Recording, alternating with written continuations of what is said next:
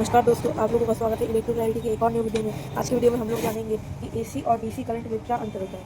तो बहुत सारे बिगिनर्स को ये टॉपिक में परेशानी होती है कि एसी और डीसी में अंतर क्या होता है। तो आज मैं आपको बताऊंगा। तो पहले हम लोग जान लेते हैं एसी करंट के बारे में। तो एसी करंट का पूरा नाम होता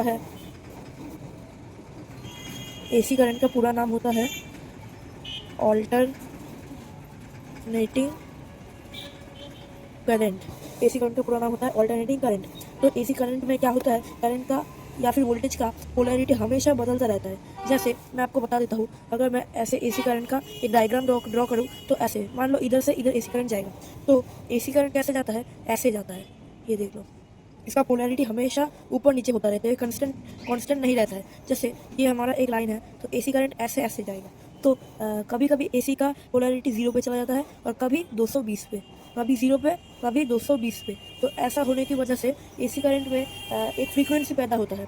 इसलिए एसी करंट में जलते जो लाइट्स जलता है उनमें भी आप लोग फ़ोन का शटर स्पीड कम करके देखोगे, वो बुझता है और जलता है, बुझता है जलता है, ऐसा होता है।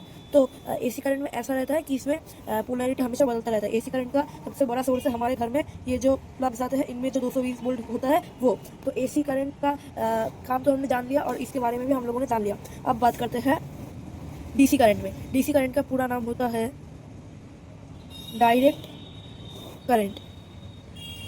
डीसी करंट का पूरा नाम होता है डायरेक्ट करंट। अभी डीसी क्या होता है, डीसी करंट हमेशा कांस्टेंट रहता है। जैसे आप लोग देख लो, अगर इस पॉइंट से इस पॉइंट में डीसी करंट जाएगा तो वो एसी की तरह ऐसे ऐसे नहीं जाएगा, वो एकदम सीधा चला जाएगा।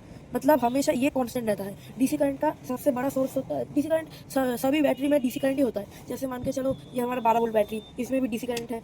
उसके बाद मान के चलो 1.5 वोल्ट का कोई भी बैटरी, उसके बाद ये लिथियम बैटरी, सभी में डीसी करंट ही होता है। डीसी करंट में इस तरीके से पोलैरिटी चेंज नहीं होता है, ये हमेशा ही सीधा चलता रहता है। तो यही था एसी करंट और डीसी करंट में अंतर। अगर आपको कोई भी और क्वेश्चन पूछना है इलेक्ट्रॉनिक्स से रिलेटेड तो आप मेरे को कमेंट्स में बता सकते हो। आप लोगों से मिलता हूँ मैं एक और नए मज़ेदार वीडियो में।